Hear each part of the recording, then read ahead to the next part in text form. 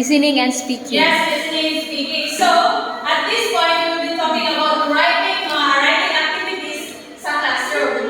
So, using instructional materials for writing activities in the classroom using instructional materials for engagement learning.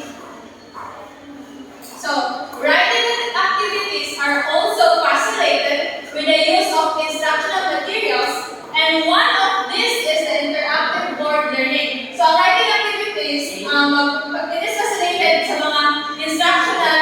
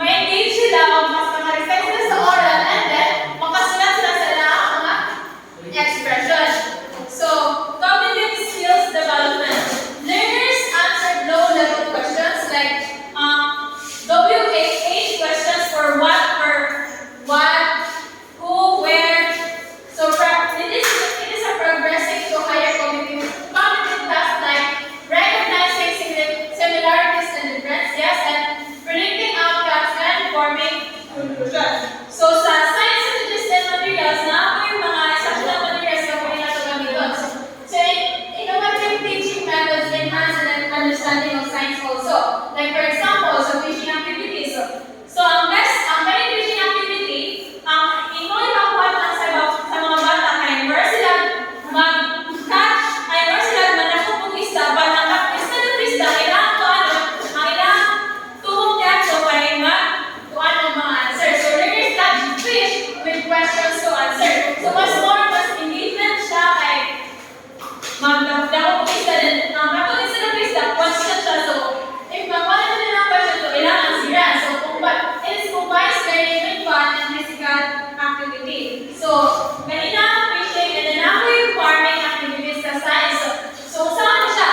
Each learner holds a stick with an animal pictures. So it is a growing based on animals movements, flying, crawling, jumping, so yes, and reinforce concept related to animals' behavior. So in conclusion, interactional materials like interactive boards enhance participation and creativity, which is very nice, and which is nice na siya ganito lang interactive board kasi may engagement po ng mga bata, and this kind of activities promote cognitive development, engagement, enhancement learning, and it also encourage both